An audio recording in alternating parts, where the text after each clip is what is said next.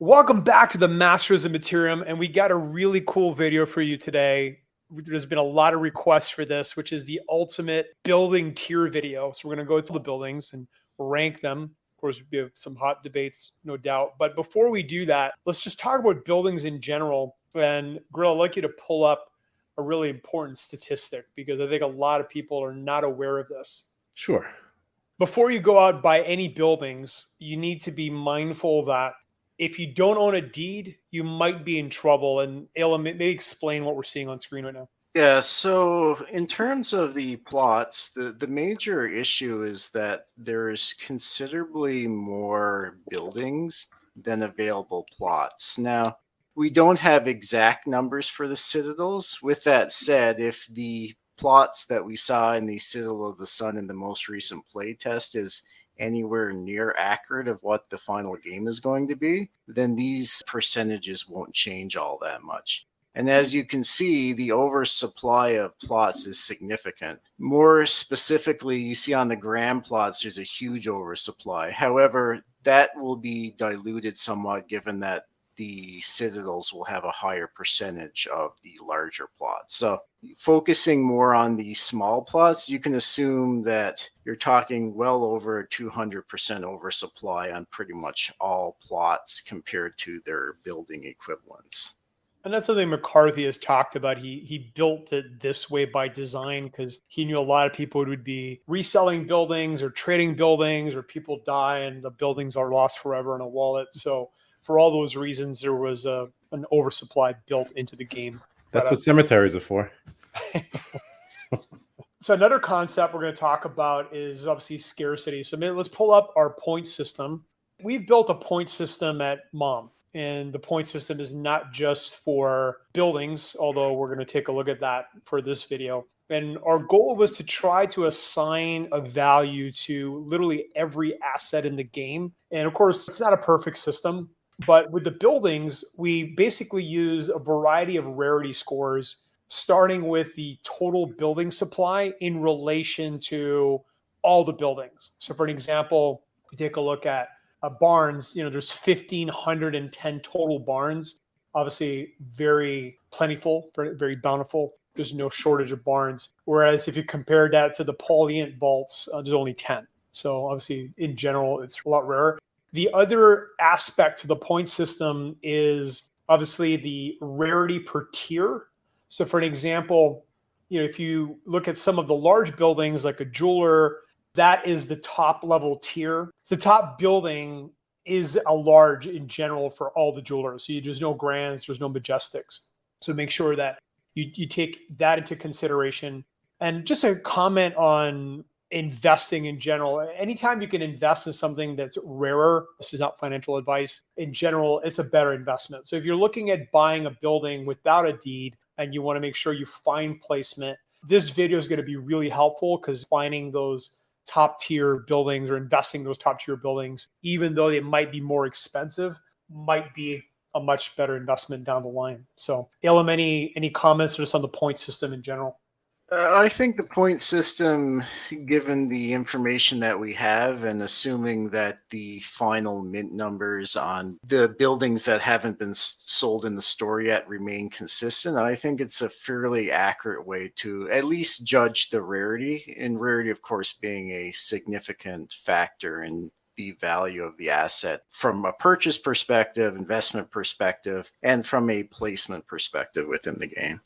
Yeah, and of course, the other big element is utility. And, I've learned a ton from you guys already just from having conversations about different types of buildings. And there's certain buildings that I was certainly sleeping on that you guys are really bullish on. So we'll go over those later in the video. Just to kind of lay out the main variables. So there's scarcity and utility. I mean, that's really what it comes down to. But Aylan, before we started the video, you mentioned a really good concept. So there's the minted scarcity, and then there's the actual scarcity. So maybe talk about the differences between the two.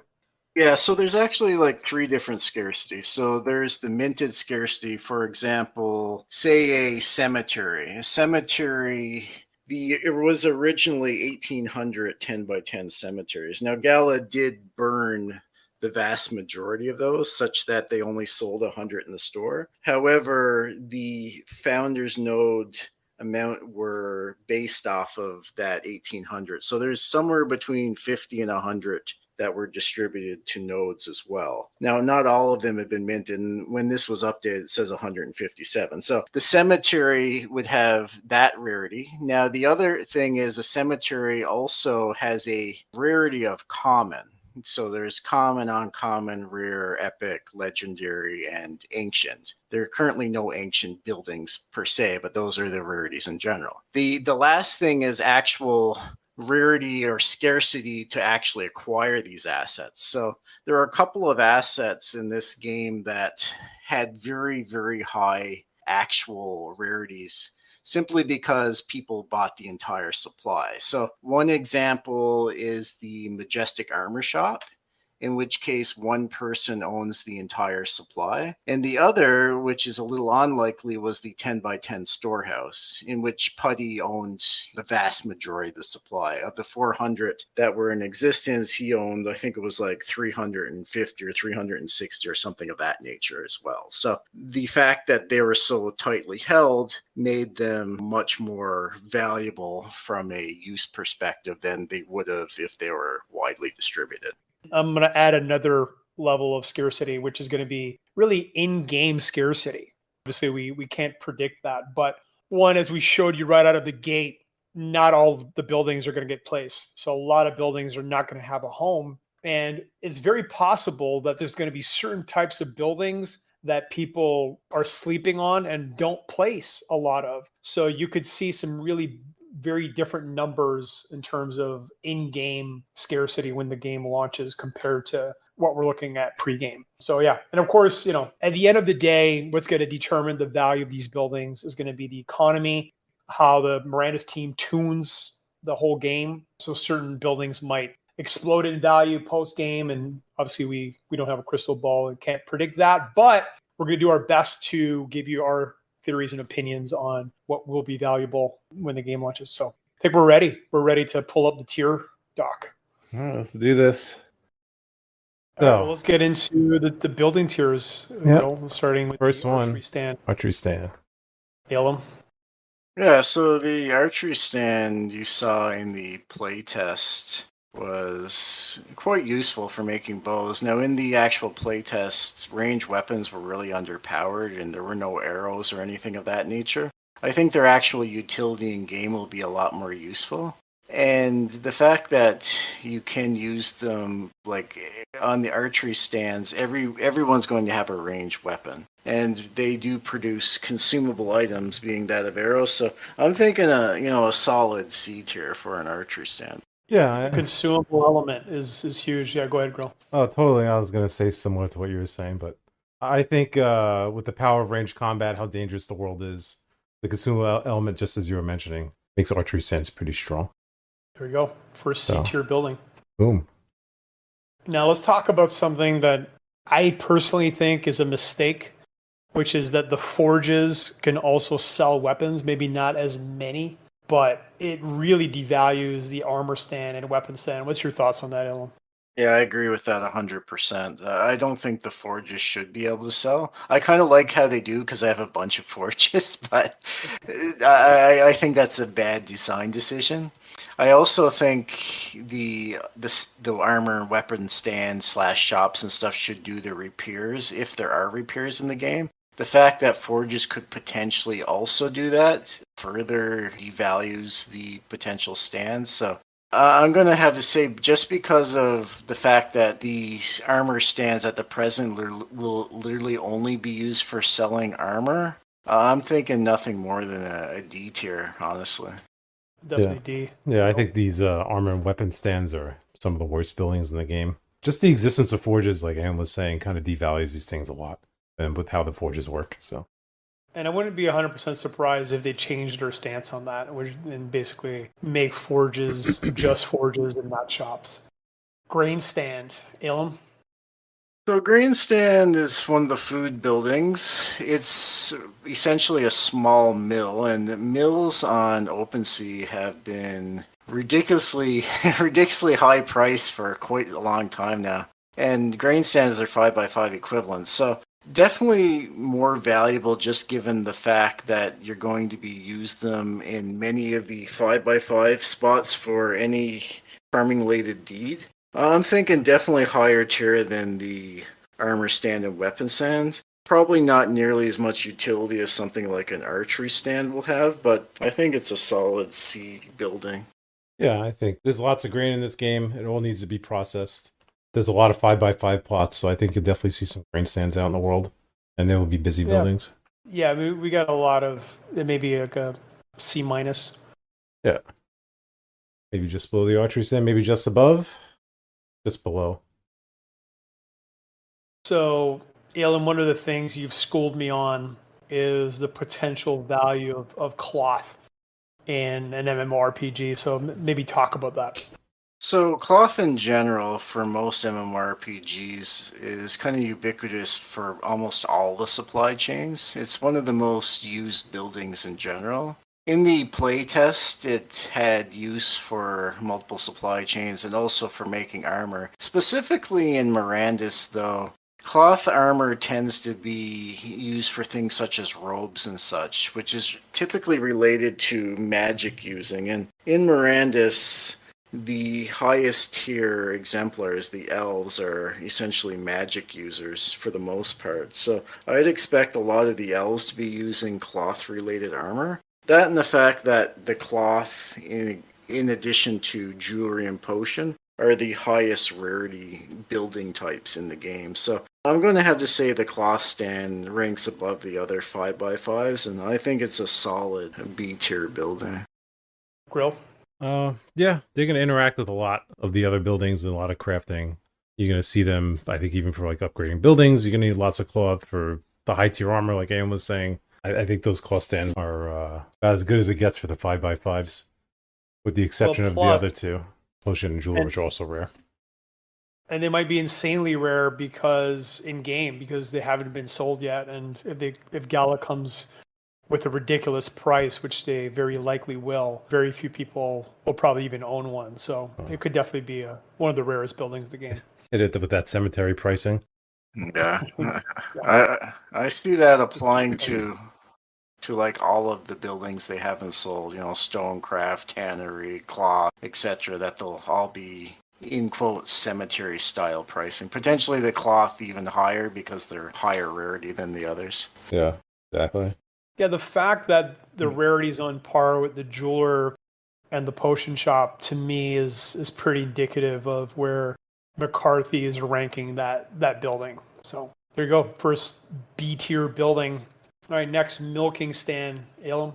So milking stand is an interesting building simply because of the NFT flavor text states that you'll be using it to do the milking, which is not something that's described on the other dairy related buildings. It makes one think that the milking stand might be required to actually supply a dairy, in which case it would be of much more value than just simply a 5x5 dairy. So this is kind of an odd one. With that said, it certainly has more utility than those buildings in the D tier. And I think it's essentially a solid C tier building. I think any of the food-related buildings are going to be pretty useful. And like you said, the milking stand is potentially unique among all the buildings, even the larger food-related buildings. And that if they can't milk cows, then you absolutely need these. And in that case, you'll probably see almost all of them placed. They're just small dairies, and they're still good, but not quite as powerful. There you go. I think top of the C tier, though, for now. All right, next we got another really rare special building, which is the jewelry stand. And Ellen, talk about how you think jewels are going to play a big role in Mirandus. So first off, they'll be used for the actual crafting of jewelry. So that's rings, necklaces, and the like, earrings. The jeweler also will be used for enchanting, and the building of the various armor pieces like rings and such is typically kind of a one-time use thing. Enchants could potentially be replaced, so that does give it a bit of a consumable effect to it. And I think at the highest tier, jewelry enchanting will be very, very important. Certainly in terms of rarity, as we mentioned, it's on rarity with the cloth and the potion buildings. So I think it's a solid B tier building, potentially a little higher than the cloth stand. Something I hadn't really thought of before, that the enchants could potentially not be permanent, which would give them kind of a consumable element to the jewelry buildings. You know, I always think of the WoW where you enchant something as permanent, but, you know, maybe it fades after 24 hours or something like that. You have to keep re-enchanting. Something like a weapon sharpening stone or Yeah, or something of oil that or nature. something like that. Yeah, that could definitely be. If that's the case, that adds substantial value to the jewelry buildings. There we go. Above the Think about cloth stand. Yeah. Simple granary. Elam? So simple greenery. In general, I don't really like storage buildings. With that said, there are a lot of 5x5s available, especially on the farming deeds. I think you'll be having at least one on pretty much every farming related deed and potentially even multiple. I think it's somewhat of a waste to be using the larger buildings for storage. So I think it's a solid C tier building. Certainly has more utility than something like a armor stand or weapon stand. Probably put it at D+. What's your opinion, Grill? Yeah, I think that's a pretty solid bet for that. They said things in storage are things not being used, right? Means you overproduced. But that said, there is a lot of grain. I'm sure we'll have to store some at some point. Elam brought up a great point, which is that a lot of the 5x5s in some way have more utility than the 10x10s, specifically with storage type buildings. So, Yeah. Well, who wants to use storage on a 10x10 slot, right? unless we have to, which again, they could tune it that way. So we'll see. Totally.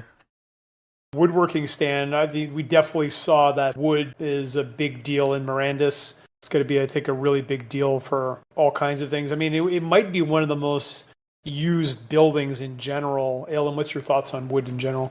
Yeah, certainly for me, I use the woodworking stand more than literally any other building simply because I had a bunch of different exemplars and I made clubs on all of them, and typically eventually moving towards the hammers as well to get the goblin kills. With that said, they were used for weapons, they were used for components for making bows. They'll have many other different utilities across other supply chains. Very useful building, definitely not D tier. I think this is a really solid C tier building for sure. Wood's going to be used in almost every aspect of the economy. It should interact with almost every other building. I think they're pretty good. The only thing holding it back is simply the size. That's probably a C+. Yeah, maybe Above the milking stand. above the food buildings, you think? I think so. I think it's going to have more utility. This Might have more overall utility. Playing Valheim taught us the value of how important wood is in these games, that's for sure. Right next, tannery. So let's talk about the fact that a lot of people skipped over the mid-tier armor in the playtest. Now, of course, the playtest is not the real game, but did that devalue the tanneries and outfitters in your mind, Ilum, at all? In the playtest, it certainly devalued them. I don't think it'll actually devalue them at all in the game. And certainly the tanneries, even in the playtest, they were used for components that were then later crafted into the Brigadine armor in the, in quotes, metalworks, which was essentially a simple forge. The tannery also can be used for many other things. So in the playtest, like I said, they were a bit devalued. In the actual game, I see them being used for many very specific supply chains and multiple cross-profession supply chains as well. It's definitely not a D tier. It's a very solid building. I would put it somewhere in the C tier. You think about all the things leather is used for in the real world, right? It could be used for a saddle. It could be used for wrapping a hilt on a sword. Well, I don't know who's walking around with a sword, but you know, I see lots of interactions with other buildings. Yeah, it could be really a D-tier building. There's a lot of them. There's a lot of potential ones. We'll see how many are bought when they release them. But yeah, probably C-. Yeah, I think low end C tier, maybe above the grain stand, below behind the archery. Probably move down slightly as we add some more. Right, next we got another food building. Obviously, that was a very popular building in the playtests, which again, I think when the real game launches, I don't know how important bread's going to be compared to other food items. Do you have any opinions on that, Elam? Like, playtest aside, do you think bread is going to be critical when the real game launches? Well, I think bread will be used within the hot meals themselves. With that said, in the playtest specifically, Just due to kind of poor tuning, making bread was a lot easier. That and the fact you had it on limited grain. Obviously, in the real game, there's not going to be unlimited resources. So you'll have more weighting put towards what's more efficient per cost to restore energy. With that said, it is on par with any of the other food-related buildings. And we currently have a milking stand within the C tier. So I think it's a solid C tier building. Yeah, I think Elm said it perfectly there. I think assuming that the milking stand is just a small dairy, this should be just kind of in the mix with all the other food buildings. I agree. Could be ahead of it, behind it. We'll put it behind just for the potential of the milking stand being unique. All right, next, the forge. Again, definitely more valuable than an armor and a weapon stand. But the thing with the forge, or the forges, there's going to be 5 tiers. So, and there are a lot of there's 800 5x5s. What's your opinion, LM, on, in the grand scheme of the forges, where would you put the simple forge? Would you put it in the D tier just because we got 4 more levels coming? Wouldn't, simply because it was used for so much. Its utility, I would say its utility exceeded like any other building. And I kind of expect that come the game too. And the fact that you can sell out of it as well adds like a huge degree of utility. I honestly think it's probably one of the best 5x5 buildings. The only downside, of course, is there's probably too many of them, so their placement numbers wouldn't be amazing, at least compared to, say, the top tier potion jewelry cloth. With that said, I think it deserves to be way above D tier simply because it has way more utility than the armor and weapon stands. Real? Yeah, they're forges. No, they can sell, they can craft, they can process all the metal. Their repair, you could have a homestead out in the wild someplace and people can constantly hit up your forge to repair. I just think they're pretty powerful across the board. Maybe we could put it above the woodworking stand. Yeah, right. For now, I think it's probably the best in the C tier. All right, next, simple storehouse. As we've mentioned, we're really more bullish on the 5x5s when it comes to storage than the 10x10s. But yeah, probably just because of the sheer volume, I'd probably put a D tier. What's your opinion, Ilham? Yeah, I'd agree with that. The simple storehouses, I can see potentially even multiple of them being put on deeds. With that said, there's just way too many of them to ever have the vast majority of them placed. And if you have buildings that are not going to be placed, they don't have a lot of value. With that said, I do feel multiple smaller ones are probably more useful than some of the larger ones. So I think pretty high in the D tier for pretty much the point you just made, but not any higher than that, simply just because there's just one of them. Yeah, I think it's going to have a lot of utility, but yeah, probably the best D tier so far. Next, tent, and let's smash one of the most common questions that shows up from noobs in the Grand Mirandus channel, which is, hey, can I place tents in the wild? The answer is no, you can't. They need to be placed in a 5x5. So again, another really common building, but it was definitely S tier in the playtest, right? Alan, what's your thoughts? S plus. Yeah, it was pretty much essential in the playtest, especially early on in the playtest before they nerfed the heal timer. You could bring Mega Brutes and the Wisp to the heal tent and just spam it. With that said, come the actual launch, there's going to be a lot of other things to heal from. You're going to have potions, healing magic. There's going to be higher tier places to heal from as well. That and the fact that there's way too many tents. They over minted this whole series of buildings. The whole in quotes in series, of which the 10 is the 5x5 equivalent. I don't see this anywhere above a D tier. Yeah, utility-wise, probably going to be one of the most used buildings, though, even in the real game. But yeah, it's definitely D tier. Too much competition, right, for them to place higher. There's going to be way too many tents around. I'd actually put this pretty much maybe above the armor and weapon stands. Definitely. Because I think those are some of the worst buildings in the game. Yeah, I agree with that. All right, next, hitching post. First of all, let's talk about horses. After playing the playtests, if you were to set a percentage of players that are going to want to own a horse in the game, Elam, what would you set it at? Want to own? 100%. Or that are going to own one, that are going to buy one at some point. Let's say the game's been live for a while. It would depend on how much it costs to actually operate them and stuff. And a lot of people, certainly if you're using crafting exemplars that are just around town, those people are probably not going to be using horses. In terms of wanting, I would say almost everyone would want a horse. With that said, I'd expect less than half the people to actually own a horse. Even in games like WoW, like vanilla WoW for say, not the newer one where they just give everyone horses and mounts, etc. right off the bat. Many people didn't have mounts. They just didn't get to the point where they were able to use them or afford them. So I don't expect most people will actually have mounts due to that reason. But yeah, I expect pretty much everyone would want a mount. Grill. Yeah, I think that's pretty reasonable. That said, you'll pretty much need to have at least one for most areas where there's a concentration of deeds or larger deed, possibly multiple in towns just because they're so big. But just, I think to the sheer volume, there's 1,000 of these, Yeah. definitely D tier. Above a tent, below a tent? Below the 10. I think below the 10's gonna 10, get a yeah. lot of utility. Yeah. Yeah. Or there was another food building, meat stand. Probably throw that with the rest of the food Yeah. stands. Kind of discuss Ilum, anything food special stuff. in your opinion with the meat stand? Meat stand, other than just the food related aspects, did have some utility with crafting for components for bows and stuff. So there is some cross profession utility there. Don't see that additional utility as adding an enormous amount of value over other food related buildings. So somewhere in the C tier, I think, is solid for a meat stand. All right, next we got another super special building, probably the best stand.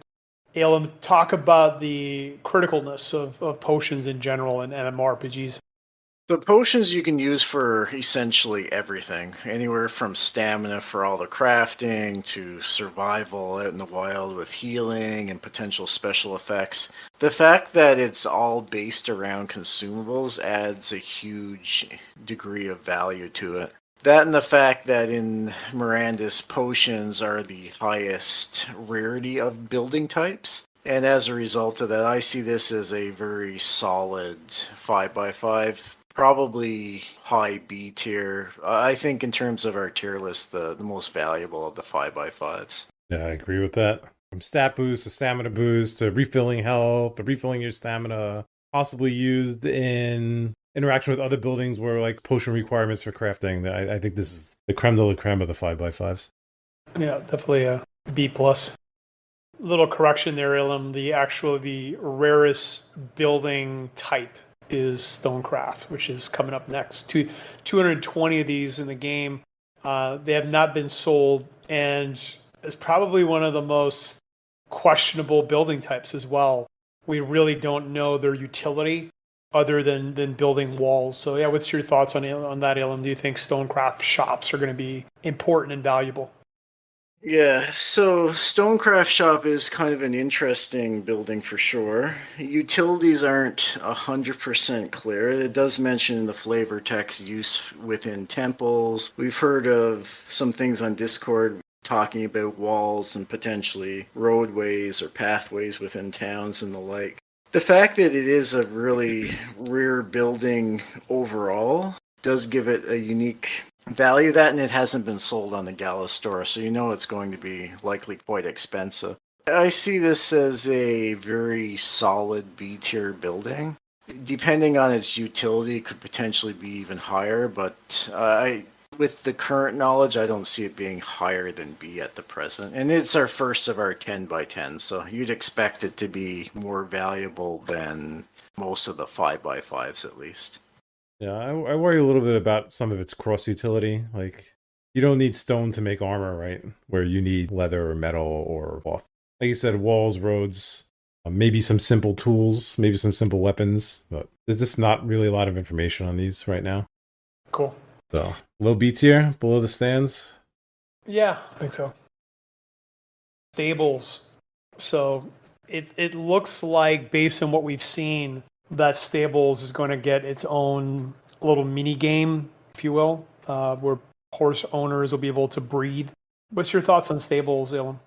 I do like the stables. I don't particularly like a few things about them. One is that there's many different tiers of stables, from Majestic all the way down to the 10x10s.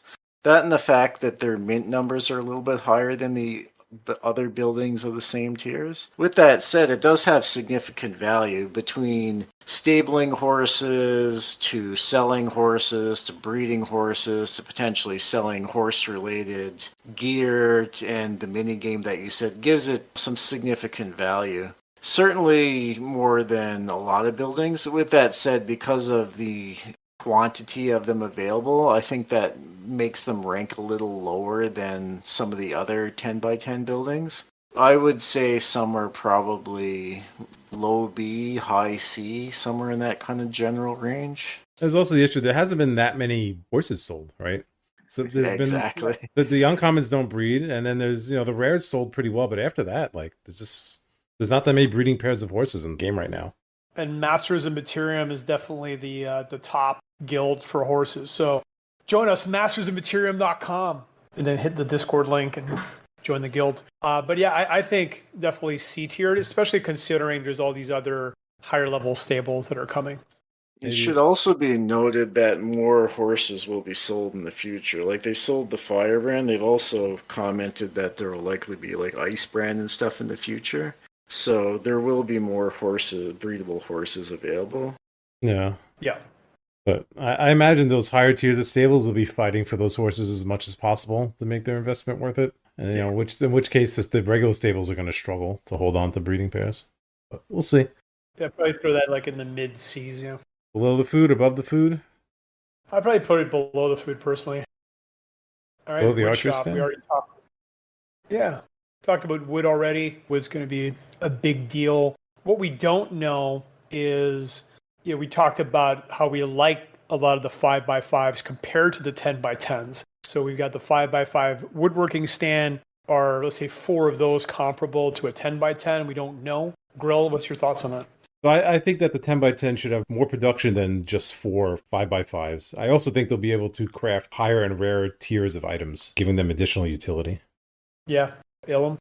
Yeah, I'm with that. I think all the buildings, not just the wood shop, all the higher tier buildings should have capability to produce higher tier items related to that particular shop. Otherwise, it definitely devalues the value of these higher tier buildings. And the wood shop, as we mentioned, is quite valuable. Certainly, it'll have more use than the woodworking stand, which is currently C. So I'm thinking B tier. Probably above the Stonecraft. Yeah, definitely above. It's just going to be busier, have more utility.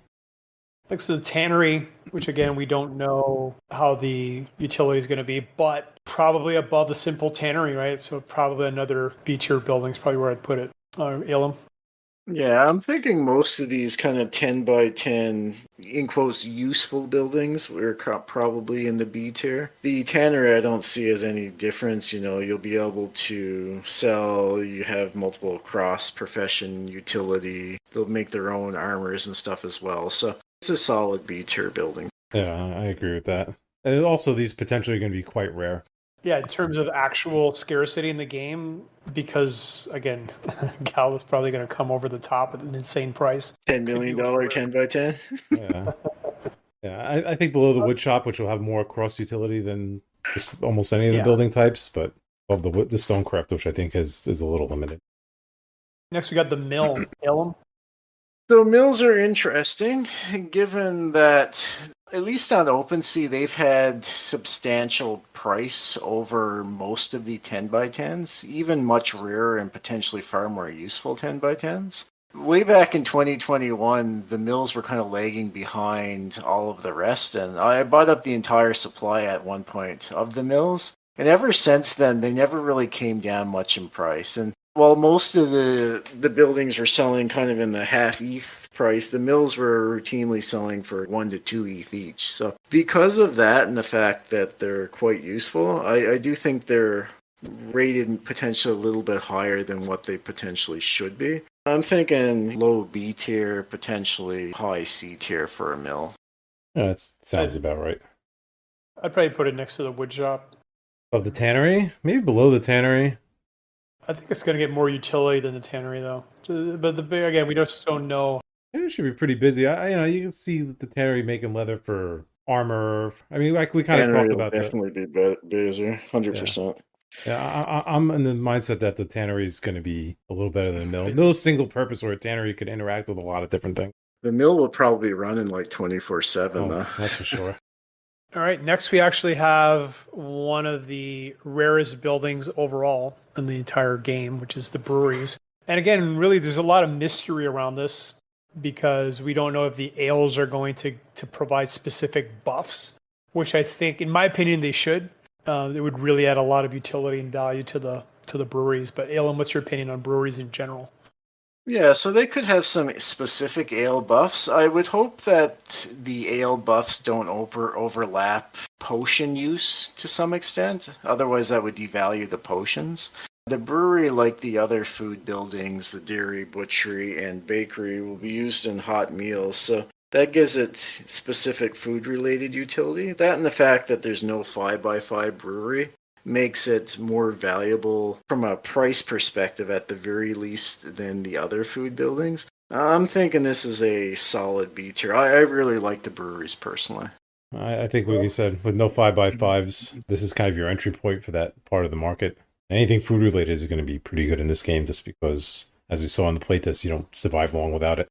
If they tune breweries or ale like they do in real life, I mean, every beer they drink, they just get tougher and tougher. But Oh, S tier at the bare Yeah. minimum. Do we put it above the wood shop or below those buildings, you think? unknown. I mean, I'd probably put it below personally, but Alan, Yeah. That's a hard one. I'll leave it up to you, girl. That's definitely a Yeah. toss-up. I think wood shop is going to be some of the busiest buildings in the whole game. I'm going to put this below, maybe above the tannery. I think below the wood shop. I'll probably Alright, go next for we have pretty the much all the butchery. food buildings. And Grill, you brought up a really good point, which is the 10 by 10s, for an example, should produce more than 4 5x5s. And I think hopefully you'll tune things that way. So that way it provides like some real extra value to the next larger size building. But yeah, butchery, Alum, do you think that the butcheries are going to be popular? Certainly going to be popular in M.O.M. Again, if you own any sort of ranching deeds, make sure you join mastersofmaterium.com. But yeah, go ahead, Alum.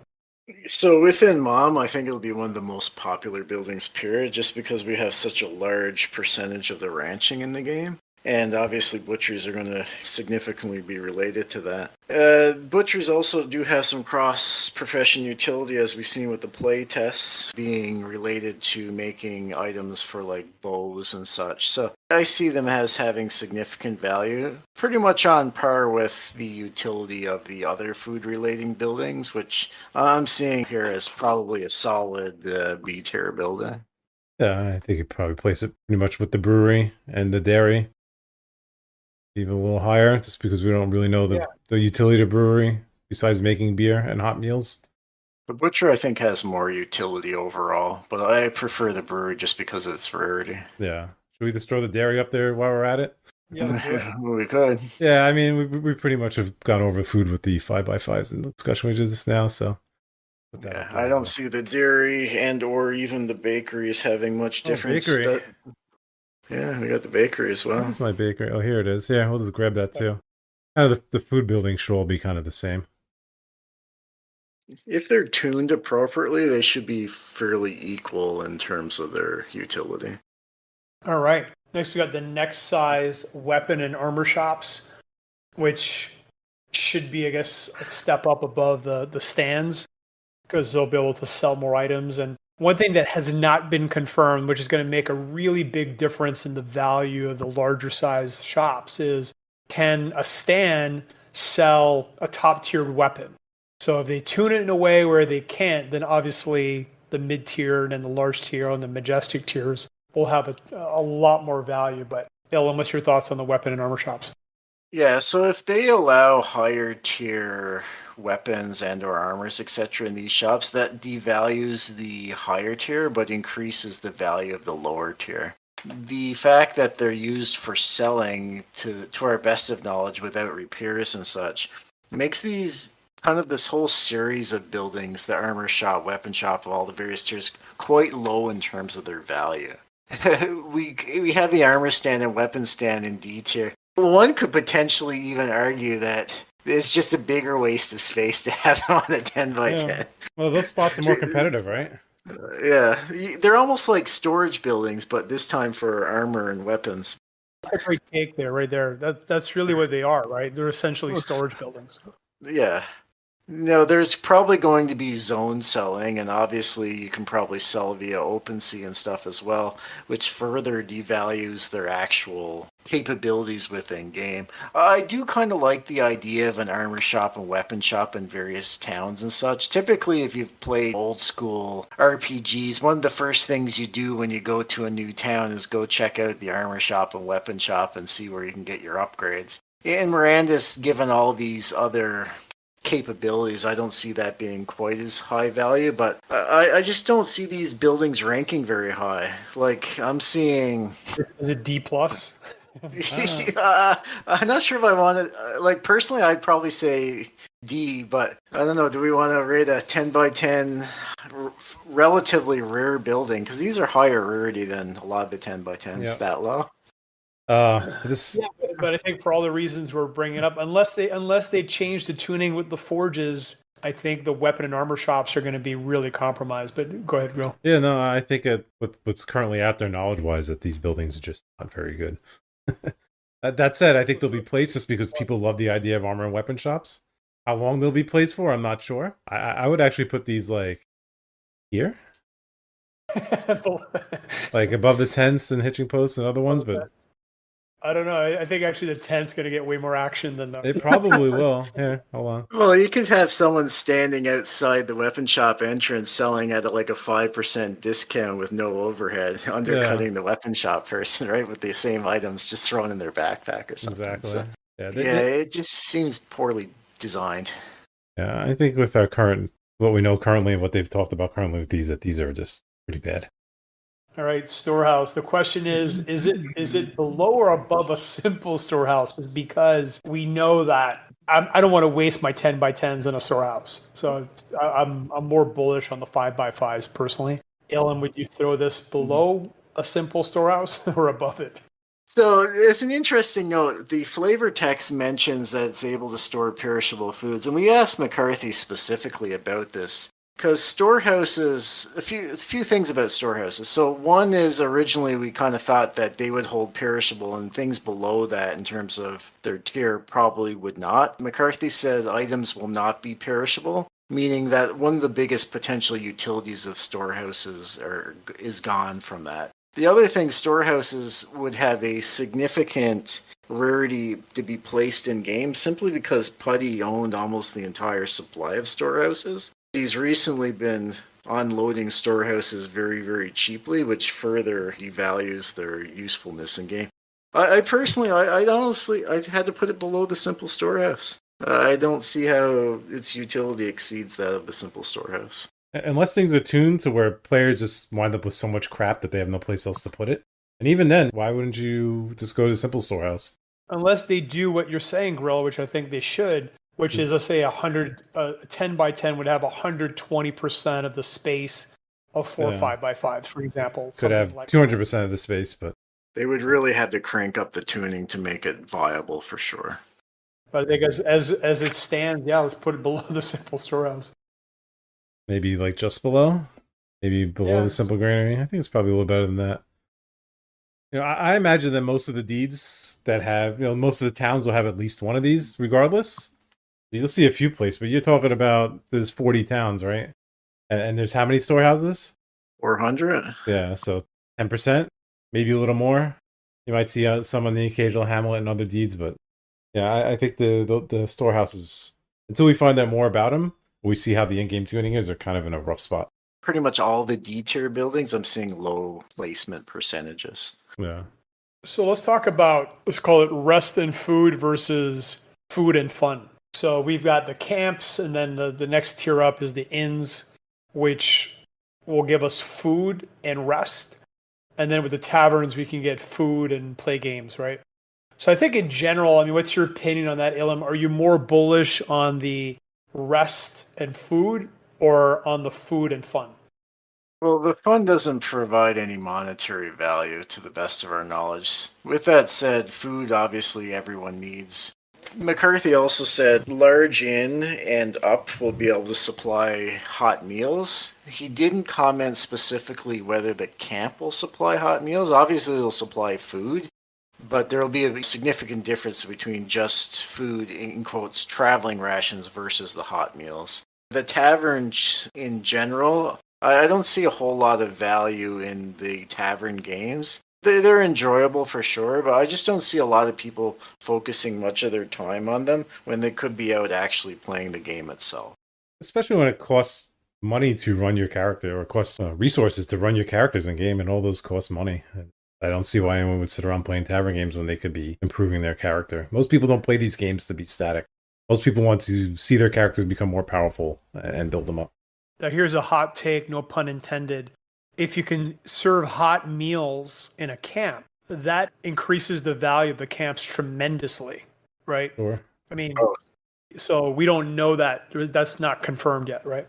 Correct. We know that large inns and higher, so large inn, grand and majestic inn will be. They've never said that below large inn won't be able to. It just hasn't been confirmed to be able to. I think if they let the equal tier, so like camp and tavern, if they let the camp serve the same food as a tavern, well, those taverns are in trouble. I don't see why you'd place even a single one. Right. And but the question too, like camp compared to inns, if you can serve a hot meal in a camp, then is it worth using up your large, grand, and majestic spaces on an inn? It could be different tiers of hot meals, just like anything else in the game. I'd be really shocked if they did that. Alan, thoughts? I actually think they would probably have some degrees of tiers. There's also, in these larger buildings, they might be more efficient with the actual production. So let's say when you go to a large inn, you might have to use 20 grain to make your bread, but in the Majestic inn, because it's so amazing or whatever, you only need to use like 5 grains or something of that nature. So there's a lot of ways they could tune things. The other thing is there may be more crafting stations for producing foods, and we've known that keys will be used to be able to access various crafting stations, and if a larger building has more keys available to it, that also means it can produce more in that way as well. So there's a lot of ways they could potentially tune these higher tier buildings, but all things equal, if a camp can produce the same as, say, a large inn, that definitely devalues the large inn. Definitely. Yeah, Grill, where would you place a camp? High D tier, maybe top of the D tier. To me, it's going to be so common, critical. Yeah, well, so critical. I think. I mean, obviously, there's going to be a lot of them, but yeah, definitely either high D or even C. What's your opinion, Elam? You be the arbiter. I'm going to say high D. I think it's an incredibly valuable building, and you'll see these on most deeds in some form or another, but probably 80-90% of them will never get placed, which makes them not terribly valuable. I would put the tavern like below the tent. Taverns I think are really bad. Again, if you listen to McCarthy, it's S tier, but I would definitely place it below a 10. I think the 10's gonna have more utility than a tavern. I like the tavern idea. It's just the way that it's being presented, I think could be improved significantly. Yeah, if this is a Web 2 game where it didn't cost money to play your character or to keep it running, then sure, I could see people playing mini games at a tavern for fun. In a game where every action you do, you could even run in the negative, right? Where your character gets stuck. I don't see people lollygagging in a tavern for very long. The only way, I mean, the most powerful thing they could do, and they probably will not do it for legal reasons, but if a tavern owner, for example, could host a poker tournament with real money, that would change the economics of the taverns, but I really doubt that's going to happen. Yeah, I don't see that happening either. It's got to be better than a weapon shop. Yeah. It actually produces stuff. Yeah. So. That would be interesting if, say, the tavern was the only place where you can craft the hot meals and then they sell to the camps. That would make them a little better, too. Or sell to the tent in camp, whatever. Yeah, that would definitely add value for sure. But still, there's like just way too many of them. Yeah. 90% likely will never get placed. A lot of people are going to be holding the bag on taverns. Okay. All right, next we got the archery. We talked about the value of arrows, and based on the description text, it seems like based on the level of the archery buildings, you're going to be able to craft maybe higher level bows. Do you think they're going to do it that way? That's one of the big question marks in general with the tiers. And I think they have to do it that way. Otherwise, it's going to devalue these higher tier buildings tremendously. But, Alan, what's your opinion on that? Yeah, I agree with that. Certainly based on the flavor text, that's what it sounds like. Now, we know the flavor text isn't the be end and end all of whatever, and design decisions will change based on various tuning and what Michael McCarthy thinks is best for the game and such. But the archery, I definitely agree with that. The fact that arrows are consumables adds significant value. They definitely need to balance range combat far better than melee. In the playtest, the way they designed it, range combat was not terribly useful. Well, the damage is too low and people block all your shots. It's pretty useless. That said, I think in the real game, they'll make range combat quite powerful. Almost in every RPG, range is just far superior to melee. Not always, but generally. Would you place it higher than the food buildings? No, but probably just behind them. Yeah, it's a solid B tier for sure. I think the food buildings, just because they're even more consumable, like the archer is going to make weapons and stuff like that, and not everyone's going to be going ranged or using arrows and stuff like that. Everyone has to eat. All right, I think we have our first probably A-tier building here, which is the potion shop. Again, assuming that the potions that can be crafted in a 10x10 are more powerful than a 5x5. But let's assume that's true. Elam, where would you place a potion shop? Yeah, I agree with you. That's definitely our first A-tier building. Just kind of skipping ahead to flavor text, though, with the potion buildings. The large one does mention, mystical potions can be crafted here. So it certainly does sound like the plan is to have higher tier potions, and potions being consumable, being a high rarity building. Actually, as you can see here for a 10x10, this has a on-chain rarity of rare as opposed to the other 10x10s we've seen so far, which are either uncommon or common. So that alone is going to give it substantial value. Its utility is just a really good building. And you can see that on OpenSea, given the potions have been routinely selling for top dollar. Pretty much agree with everything you said. And, we already kind of talked about this a bit. I think this is the single best 10x10 building. Be clear. A tier. All right, this is probably where we're going to have the hottest debate, maybe, which is the cemeteries. I know that Elam's bearish on them. A lot of people are bullish on them. I'm definitely more on the bullish side, but Elam, make the bear case for the cemeteries. Let's start with that. My biggest issue with cemeteries is you're selling something that nobody wants. And with time, they'll get less and less use because people will adapt and adjust their gameplay so that they're not dying. As opposed to other buildings where people will constantly do things to further progress their character and get more use out of the buildings. The cemeteries I could see being useful early on, but I see their value decreasing with time. In terms of their actual price, they're higher price mostly because they were sold later than all the other buildings. And people have correlated the price of them to their utility. I personally see them as having less value than most of the buildings on here. I'd personally put it at the low end of the D tier. Yeah, I think they're too niche and too situational. Maybe like people are fighting bosses if they let you place one out and you can res there and try to run back, though I don't think that's really going to be very viable either, just because usually you need to buff up and stuff like that and you're going to lose everything on death. They could have some consumable type utility in a sense that you might have to bind and rebind every time or rebind once a day. So that could be a somewhat steady income stream for them. But for the most part, I'm pretty much with Elm on this. I don't think the cemeteries are all that great. I feel like it's a controversy if we don't put us at least. I'd put it C tier, honestly.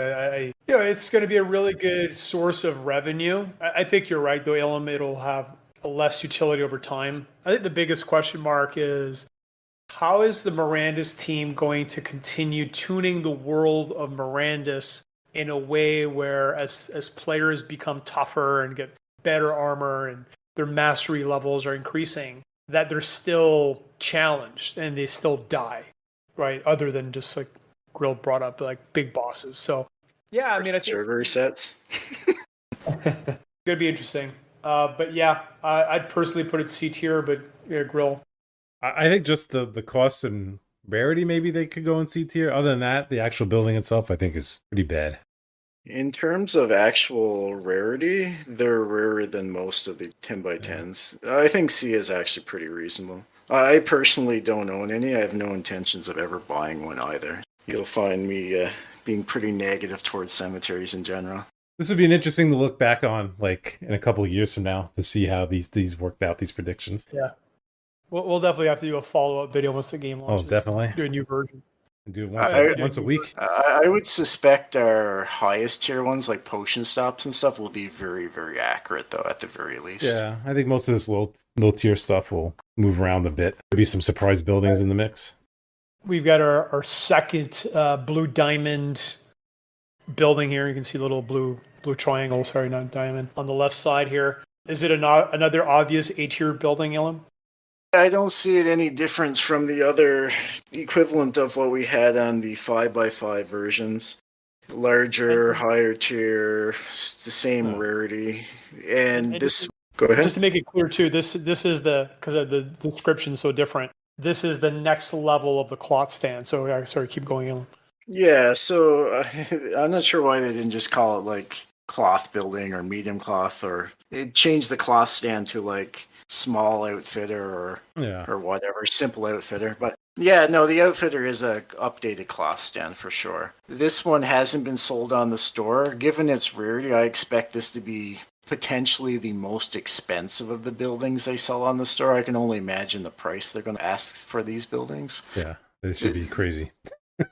As a result of that, the actual emplacement in game, I suspect, to be very, very low, just because there probably won't be many sold.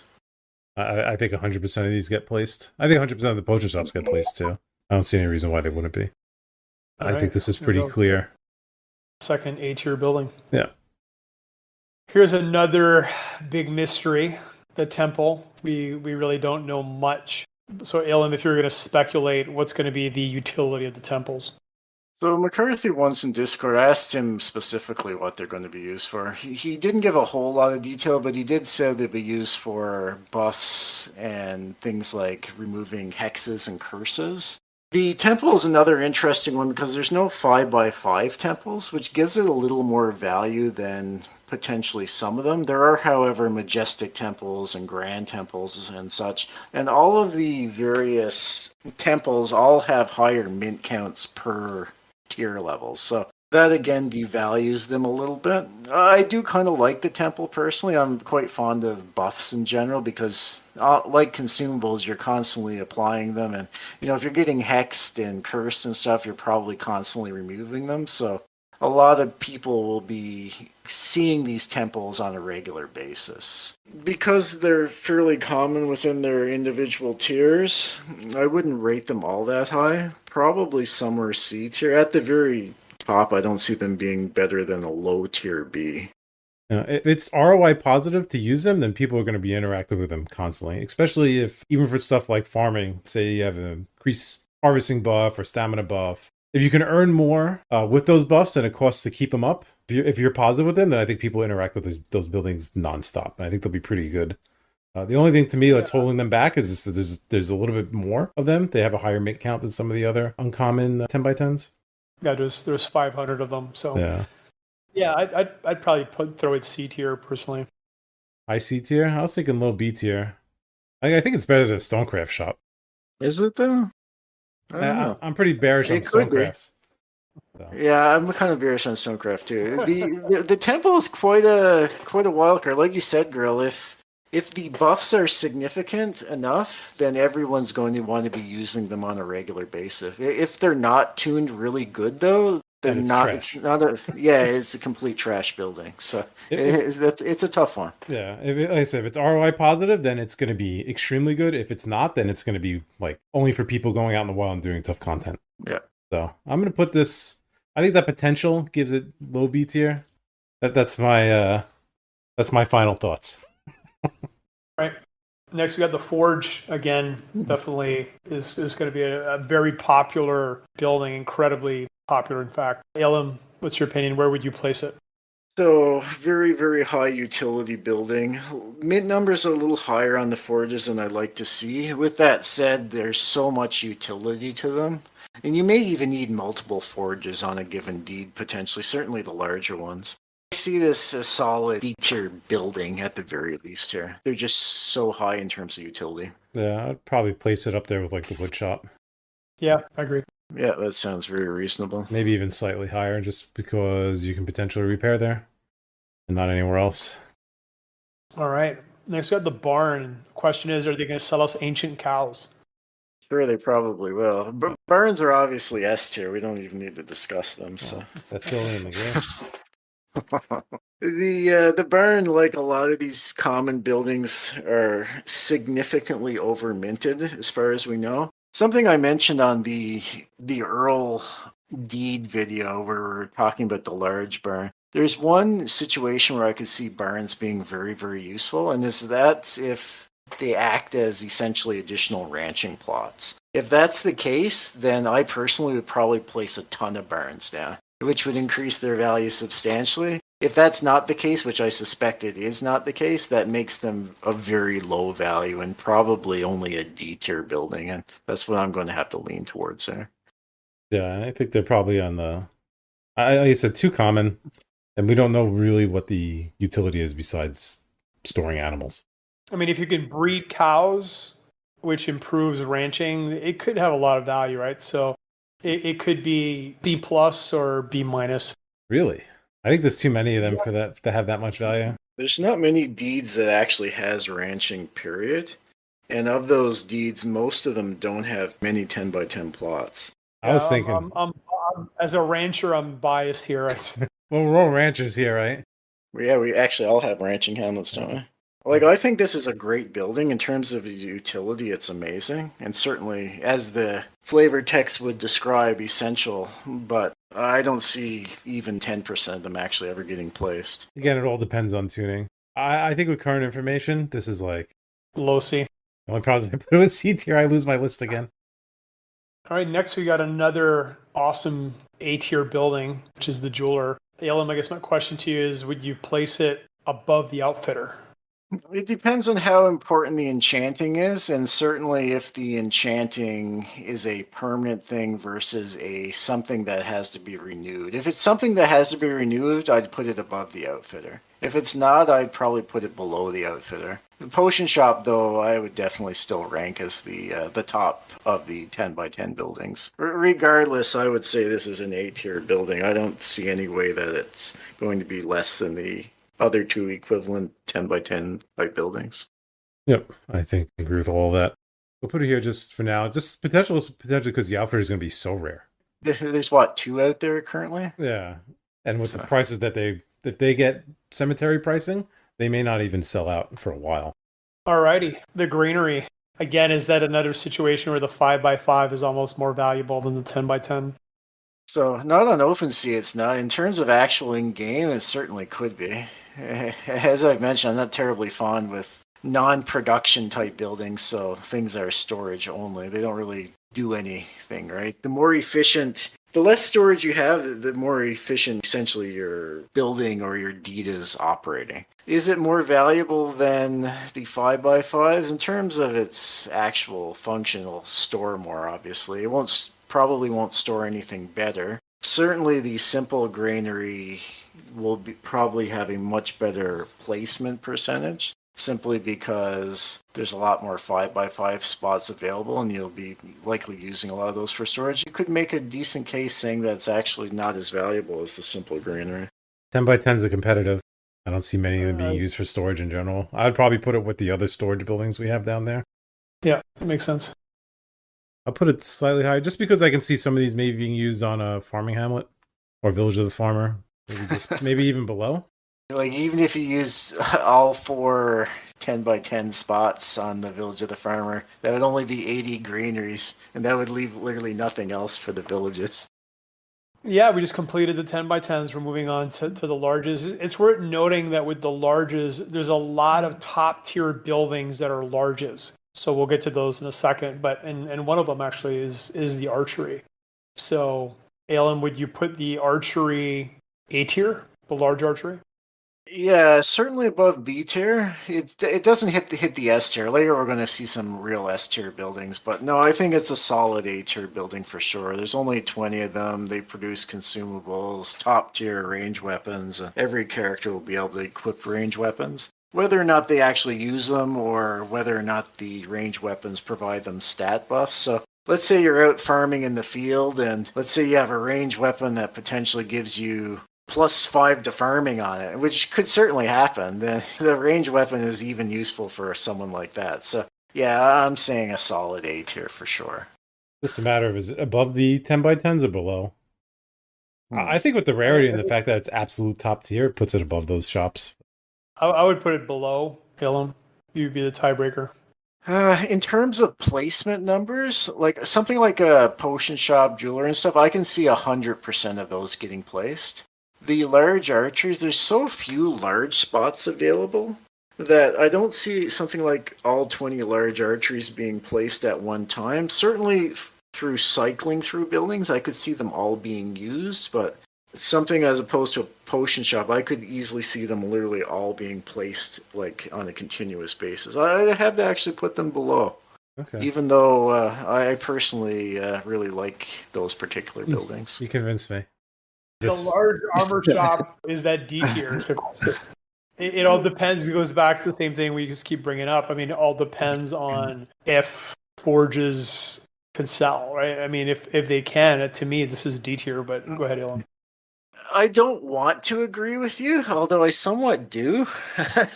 At the same time, these buildings are starting to get really rare at this point, and they're also very expensive. So if they're holding higher tier armor, you're getting to the point where they start actually having some value just because of how rare they are, if nothing else. So I don't know. I personally would probably put it in C tier just because of that fact. With that said, if they do have all the things that we previously mentioned and forges and such sell, I don't know, man. If you guys pick D, I'm not going to disagree with you, but I think it should be a little higher just because of its rarity. Not only would I put it in D, I would put it at the very bottom of the list. I just don't see how...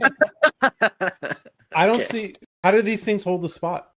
Maybe somebody puts it initially, but I don't see them holding a spot over production buildings in any of the towns or villages. You bring up a great point, Grill. You're nailing the key point, which is kind of stupid, honestly, to put a large armor shop in one of them. Yeah, keep going. Yeah, no, 20s, yeah, but this, like, maybe somebody puts it initially thinking they're going to have fancy armor shop, and then they're all be like, well, the Majestic forge or armor shop is taking all my business. Like, I just don't see how these things stay on the ground at all. I think long term, unless there's a lot of stuff we don't know about, I think with the current information, there's no reason to ever place a large armor or a large weapon shop. There you go. So, I'm with you. Okay, D it is. Yeah, like literally bottom of the detail. To me, this is a completely useless building. And I'm going to take its counterpart with it as well. That's awesome. Better. All right, next we got the large bakery. And this is the opposite. The last one. Yeah, so again, probably you can throw all the food buildings in the same bucket here, the large ones. And this worth noting that the large food production buildings are top tiered. So, Alan, where would you put them? Yeah, I see them all being A tier. Food is obviously essential for everyone, regardless. You just can't function without it doing anything in the game. And I don't see any huge value difference between the various food buildings. I think they're all, or at least they should, when tuned out, all be fairly equivalent. So, yeah, I'd say personally they're all within the A tier. Yeah, it's just, again, a matter of does it go above the 10 by 10s or below? I mean, these buildings are super rare, and I think they're almost 100% placement, right, for the food producing buildings. Like, I think I'll be placing them personally. Yeah, I just don't think. I think for the game to run, you need these buildings up and running 24/7. I personally put them below the potion outfitter and jeweler. We could put them below. We're splitting hairs here, really, right? They're all in the same tier. Yeah. So we might as well do this. The brewery, the butchery, bakery, or candlestick maker, something like that. The butchery is the second one there. Oh, there you go. Butcher and dairy. Yeah, dairy's the third one. Oh, there we go. Okay, perfect. Yeah. All those are kind of in the same spot. Brings us to our next absolute gem of a building here. Large bird. Is it D tier is the question. I'm going to lean towards D tier. barns are used for ranching, right? The ranching hamlets have no large spots. So the place where they would be most useful doesn't actually have a spot to place them. It puts them in a really, really strange place. Like, I don't see this being anywhere better than D tier, despite it being probably a really useful building. Yeah, unless there's some crazy buff with the large compared to the 10 by 10, why would you use it? I see a large weapon shop, large armor shop, and a large barn. I basically see the same thing as it's a building without a home. Sell out the barn, sell the weapons and armor. Yeah, exactly. Put it on the cows. They could be mobile display cases. I would only put it higher simply because, like you said, it's got some utility where I think the large weapon and armor shop are just completely freaking useless. So I would place it all the way. Well, it doesn't want to go here. There we go. That's weird. I gotta say, I'm enjoying this tough critic grill vibe. What's that? I'm enjoying the tough critic grill vibe. It's great. That's awesome. This is the New York coming out of you. Absolutely. All right, large cemetery. So the question again is there going to be some sort of special buff with the large cemeteries and the grand cemeteries compared to a 10 by 10? I don't know. And even maybe it's the same argument, right? Where these large spots are just so rare, and there's some buildings that are absolutely amazing in this tier, and there's some buildings that just either have higher tier that are better, or just don't provide enough utility to be placed over other buildings. With regards to the large cemetery as opposed to the normal cemetery, so the normal cemetery, the 10 by 10 uncommons have on average like 200 each. And the cemetery has a little less than that, despite being a common. The large cemetery, however, compared to the other large buildings, is quite common. So most of the large buildings have a quantity of 20. The large cemetery is like, I think, 50 or so. So that makes it much, much more common. You'd almost have to have this on every single deed that has large spots to actually make it useful. And most large spots are not going to be cemeteries, to say the least. I could see a couple getting down, but not more than a handful. On the towns and stuff, I can see them being placed. Yeah. On things like the Earls and the Viscounts, not a chance. Using your one large as a cemetery seems like a complete waste. So that gives very few spots that will actually place them. So low placement percentage. Yeah, maybe. So Grill, where would you put it, Grill? Somewhere in C tier, just because of rarity, the fact that it actually will get placement, I think, cost, stuff like that. Cost is insane. Yeah. So maybe like top of the C tier for now. Yeah. I think just rarity and cost, and the fact that it is a large building will place a little higher. But again, I'm not too bullish on these things at all. Next, we have Forge. So let's talk about something we haven't really covered yet, which is a lot of the buildings are, let's just say, stuck in the middle. And this is one of them, meaning that there's Grands and Majestics. There's 5 by 5s, there's 10 by 10s, there's 5 different sizes. So with that being said, if somebody wants to buy a weapon, are they going, if a noob starting the game, they'll probably go to a 5 by 5 or 10 by 10 and buy something cheap just to get started. If you're a higher level player and you've got a lot of resources, I would suspect you're going to go to a Grand or a Majestic. What's your opinion on that, Ilum? Yeah, I would agree with that. These middle of the road ones are kind of odd in that perspective. It still provides all the other utility of the Forge. So you'll have more space, more crafting benches, likely higher tier things that you can produce and such. So I still, like the other forges, give it significant value just because of its large, widespread use of utility. Their mint count is a little higher than the other 10 by 20s as well, so I don't see the large forge quite as good as, say, like a Grand Forge or a Majestic Forge. But it's still a good building. Certainly a lot better than large armor shop and large weapon shop. Well, that's for sure. Well, you can't be any worse than those, so. So, Grill, where would you place it? Right now, we got the Forge, the 10 by 10 as a B. Where would you put the large? I would place it like low A tier. I think they get some placement. And like Ilum said, they still do everything a Forge does. It's just they have competition from themselves with the larger ones. But I could see like maybe some Dukes running them. You probably see some in Citadels. So low A. Yeah, low A tier. Below, maybe above the archery, but below the... I don't know. Do you think the large Forge gets more placement than a large archery? I don't know about that. Probably not, actually, right? Yeah. Well, there's only 20 large archers. There's 30 large forges. Yeah. All right. Is this another waste of a building? There's no way this is ranking very high. That's all I can say. Is there a Grand Granary? I'm trying to remember. There is. Yeah. Well, in that case, Yeah. I'm a very unproud owner of one. What, Oh, Grand you actually Granary? have a Grand Granary? You'll see those Yeah, in I do, Citadels, I guess, I'm thinking. Maybe one of those in a Citadel centrally placed so all the production buildings can come tap it. I think it's D tier. I think it's, Yeah. I think it's in the large barn, armor shop, and weapon shop kind of territory. I just It don't would be. see who's wasting a It'd large be. spot for storage. Like, that's just too rare. It'd be F tier if we had F on a list. How Yeah, about I that? think this is actually somehow, some way, it's actually below the shops. All right, now we got our first inn, which is again just for anybody who's new to Mirandus, it's the next tier up from the camp. Again, to me, it's just another weird building where I'm not going to waste a large spot on it. Ilum. So the only way that I would is, as we know, the large inns can serve hot meals, and as far as we know, this is the lowest tier inn-related building that can serve large meals. So if that remains true, I would probably place one, and I'd rate it pretty highly. If that does not remain true, and say camps or even tents potentially could serve hot meals, or if it doesn't produce hot meals at the same tier level as, say, a large tavern, then I would say it's lower. But because of that, I would say it has a significant value over, say, things like camps and stuff. So I'd probably, its mint count's a little high though, so I don't see it being up in the A tier. Somewhere in the B to C tier is where I would put it. Probably C maybe. Yeah, it depends. I plan on actually running one on my Archduke, just because I Yeah. want a higher tier sleep building. But on smaller deeds, that's a tough placement. Maybe maybe something that's somewhat remote and needs good rest that's near like a high tier area might run one. But yeah, I'd probably place this like in B tier.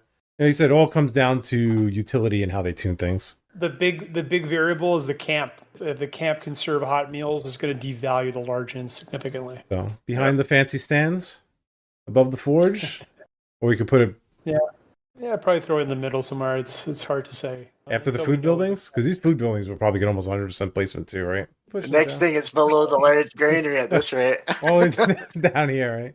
So this I think makes sense.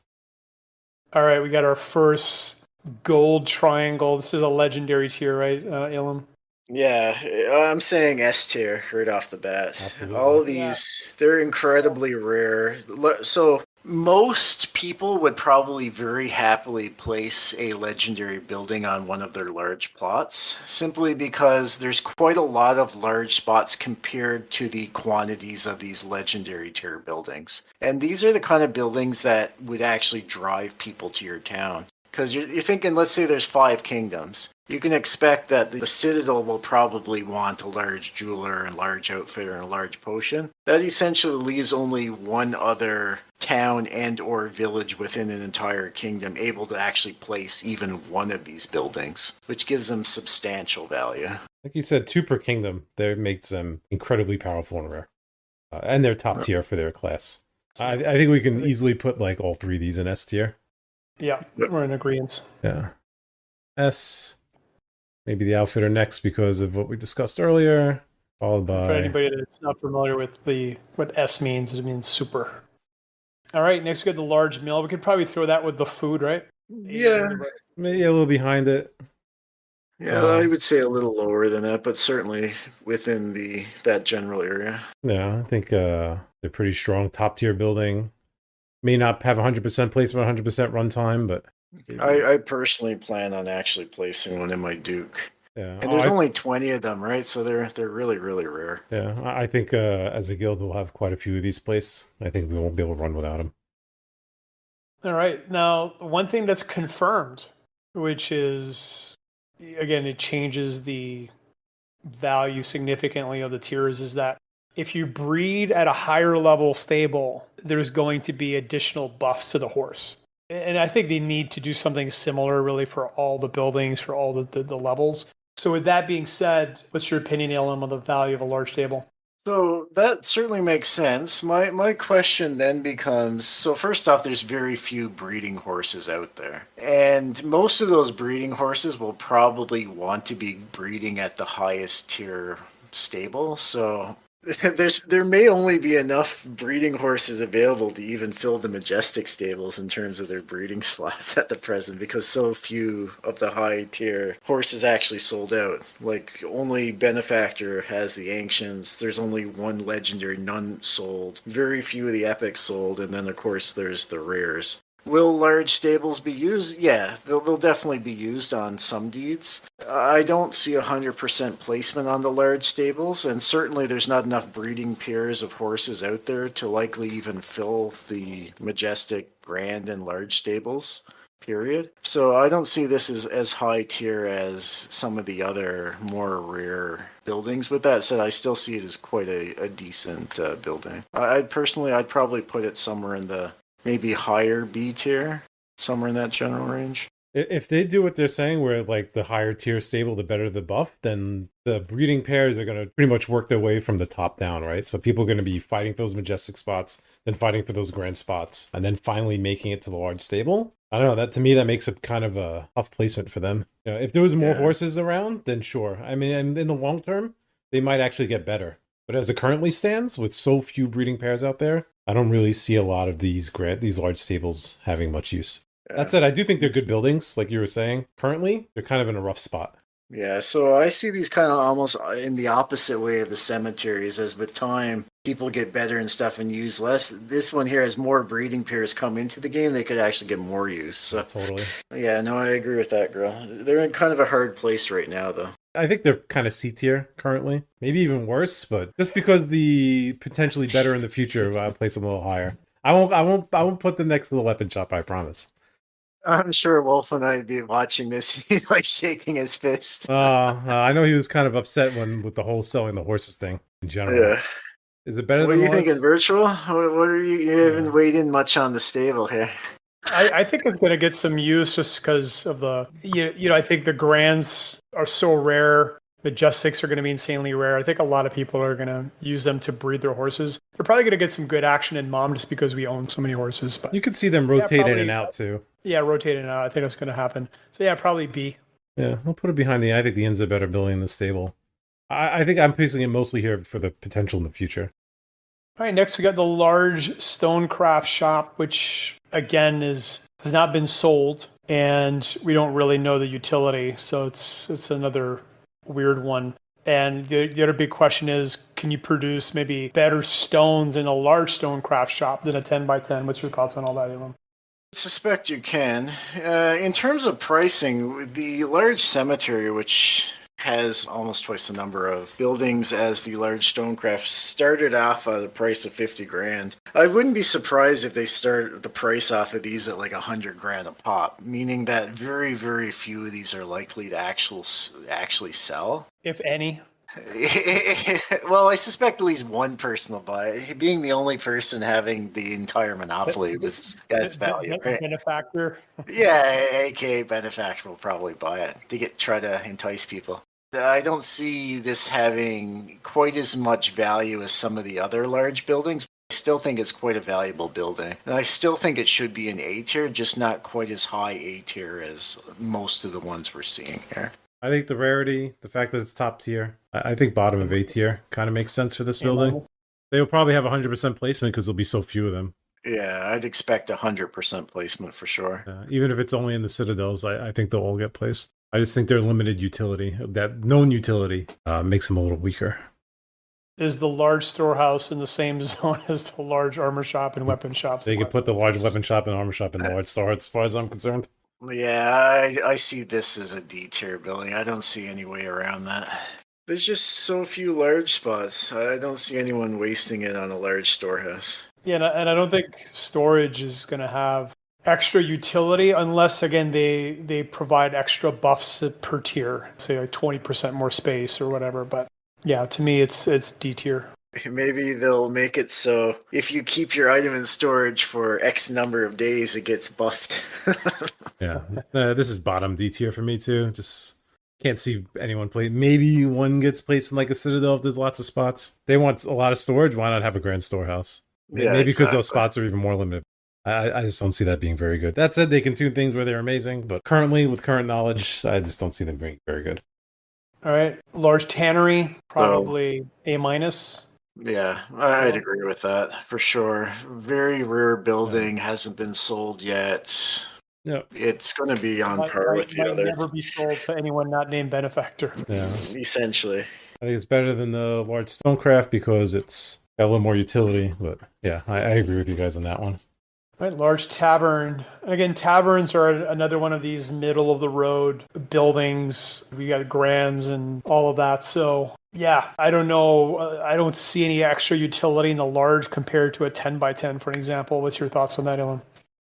Well, we'll probably produce higher tier foods. My issue is if you're going to have a large tavern, why would you ever place it over, say, a large inn?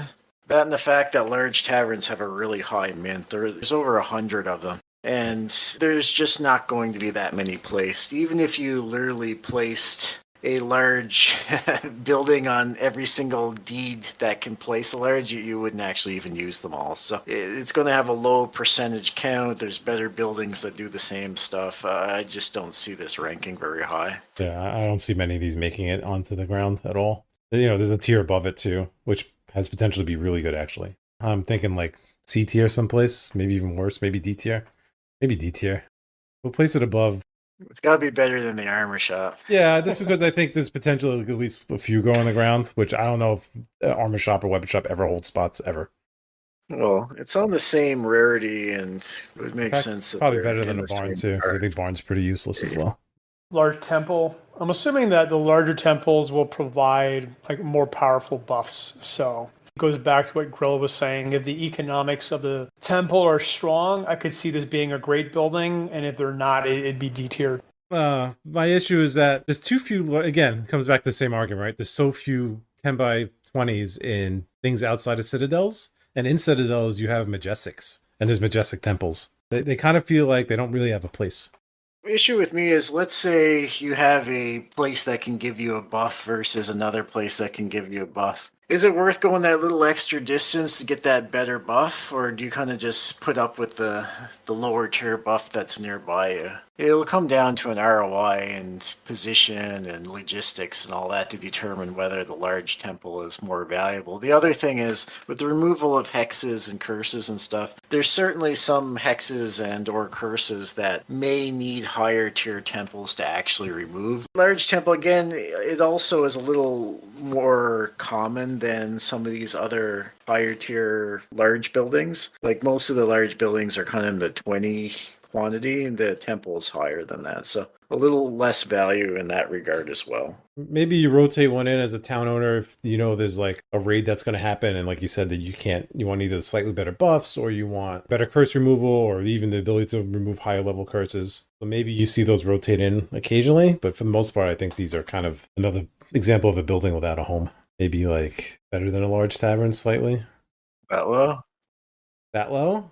I probably would have put them in C tier personally. Bottom of C tier? It's jumping all over the place. You can go a little higher above the stand. I guess it's better than like the stands and stuff, right? It's got to be better than a barn, right? A barn, at least large temples, you see some of them place. Percentage wise, it should be way higher than a barn. All right. Next, I think we've got another solid A-tier building. I think it's going to get a lot of action right in the same zone, or maybe even above all the food buildings. Yeah, mid-tier A for sure. No disagreement there. Yeah, I think this is one of the best large buildings. Let's just talk about grands in general, because all grands are middle of the road buildings. Of course, they're technically higher level than large, but what I mean by that is, other than the cemetery And tavern. and the granary and the storage and the taverns, I guess there's more than I thought. There's a majestic tier. If somebody's got the money to go buy top tier weapon, it's a really big purchase, right? I'm assuming it's going to be a lot of money. And I'm assuming most people would save up and just go to the majestic level, unless it's a crazy differential in price. What's your thoughts on that, Ellen, before we get into the specific grand buildings? It also depends a little bit on logistics and how hard it is to go from one place to another. But I suspect at the highest tier levels that people would probably be willing to travel that extra distance and just save up and buy whatever is best in slot for them or whatever of that general nature. Yeah, the grand tiers are kind of in a strange place. And that applies for like most of the grand buildings. Now we're back to our favorite buildings, the armor shop, the weapon shop. Number one in my heart. I mean, again, do we just throw this in the D bucket? So let me ask you this, Grill, because you're one of the few Mirandians that actually has grand plots, and maybe don't reveal it yet. But one of my big questions to you is like, what are you going to put in there? But I'm assuming you're not going to put a grand armor shop. Definitely not. There's a couple of options I was thinking for the grands. Definitely armor shop and weapon shop are not either one of them. I'll say that much. Maybe in a Citadel, they have competition for Majestics. Why would you go to a Grand if there's a Majestic? If you're buying in that tier, you probably can make it to the Majestic. That said, maybe early on in the game, there's a reason to run these. Maybe they get worse over time. Maybe there's so few spots to buy high tier stuff that maybe people don't want to go all the way to the Citadel to buy. They go to a Grand, at least for a little while, until they get the absolute best of the best. I would rate these a little better than the larges, but not much better. Back to the original slide we put on the screen, there's almost an 800% surplus or oversupply of grand buildings to plots. Like, that is, the rarity of a grand plot is incredible. We don't know yet with the Citadels how many that's going to fit in there, which will change the math a little bit, but it's a really, really special plot, and I don't see too many grand armor shops being slotted in there. So is it D tier is my question. Grill, you choose as an owner of grand plots, you choose where it goes. I'm going to be kind here. I'm going to give it like bottom of C tier, just because they're so rare, so expensive, and they potentially could get used because they'll be spare. I mean, I could see an Archduke guy, owner running a Grand Forge, Grand Weapon, Grand Armor, and maybe making it work. What do you think, Alan, before I finally place the other one? Those three together is kind of like a logical, given that there's three spots, and that wouldn't be unreasonable. Yeah, I could see someone actually doing that. I think just for that reason. Yeah, C tier sounds reasonable. I'd agree with that. All right. Next, this is the top tier cemetery. And again, maybe cemeteries will have different levels of buffs. So it is possible that a grand cemetery has a special buff compared to a large or a 10 by 10. So anyways, what's your opinion, Grill, on the grand cemetery? Top tier building, that alone gives it some value. I can definitely see some of them being placed, not all of them, because there's quite a few of them, but I think they're decent, and they'll definitely probably be pretty useful early on. But as we mentioned earlier, as time goes by, I think they lose value. That said, they provide the best res and the best recovery from death, then that's where the top tier players will be binding no matter what. Go ahead, Elam. Where would you place the grand cemetery? So first off, something I should say about the grand cemeteries, they can only be placed on the princes, archdukes, and citadels. So that's 20 different deeds total, and there's more than 20 grand cemeteries. So even if every single deed that could possibly place a grand cemetery actually did on their limited spots, there still would be extra grand cemeteries that would never get placed. That kind of devalues it by a significant amount. At least some of the other ones, there's at least in a lot of cases enough spots available for them to get placed if people really wanted to. It is top tier, and that adds substantial value to it. I would definitely rate it higher than the other cemeteries, given that it is top tier, and the fact that it was so expensive. With that said, I don't think it deserves the highest tiers on our list here. Maybe B tier. We put the large in C, so. Yeah, I think that would be quite reasonable. Maybe top of B tier for now. Yeah. That makes sense. As a shameful owner of the Grand Granary, it's all on you, man. No shame here. I'm throwing it in D, period. There's no discussion here. Okay, sounds good. It's all you, man. Maybe one per Citadel, if that. Depends on how many grands they have. Who's taking their grains and shipping Grand Granary amounts to a Citadel to be processed when they can do it themselves and sell the products instead? I just don't see. Yeah. You typically want to process product close to where you're getting to limit logistics, and then ship the more final products. Tends to be a lot cheaper. So yeah, it's just, again, in a strange place. It's just not a good building. I'll put it above the my favorite two buildings just because it's top tier. Because Virtual owns it, it deserves to be a higher tier. How about that? There you go. Grand Inn. Yeah, I think the Grand Inn's going to get some play.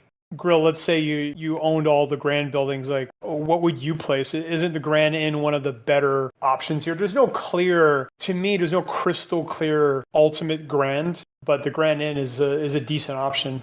Definitely potentially could get placement, could serve really good food, has really good sleep. There's limited options for decent grands as well. There's just not that many better grand buildings. There's no food producing buildings. no potion shops or outfitters or jewelers, no wood shops or archeries or anything like that. So there's limited options for those slots, and Grandin is probably on the better side of those. Yeah. That said, there's still Majestic inns, right, at Citadels, but if you're far from the Citadel, people are going to hit a Grandin up. Yeah, I'd agree with that. Grand Inns they're decent buildings. I don't really like the grand buildings in general, just the way they're kind of designed. Grand Inn is definitely one of the better of the grand buildings. Like it's a lot better than the options, Grand Granary, Grand Armor, Grand Weapon, and such. So it's got to be up there. In terms of tier, I'm thinking kind of maybe B tier, low A tier. Yeah. Okay. Yeah. Maybe above like the Stonecraft. Yeah, the only downside is their mint numbers are really high. Again, there's more grand inns than there are deeds that can actually place it, even if you had 100% of deeds using it. Yeah, I don't think many get placed, but I think the ones that do get placed will be busy buildings. Oh, for sure. All right, next we have the Grand Stable. Again, I think it's going to get some action just because of the economics of horse breeding, provide spaces. But again, the only downside is it's not top tier. So if somebody's going to shell out some decent breeding fees for horse breeding, why would they not go to the Majestic level or Large? So it's a little bit of a weird zone, but I think it'll get some play. What's your thoughts, Grill?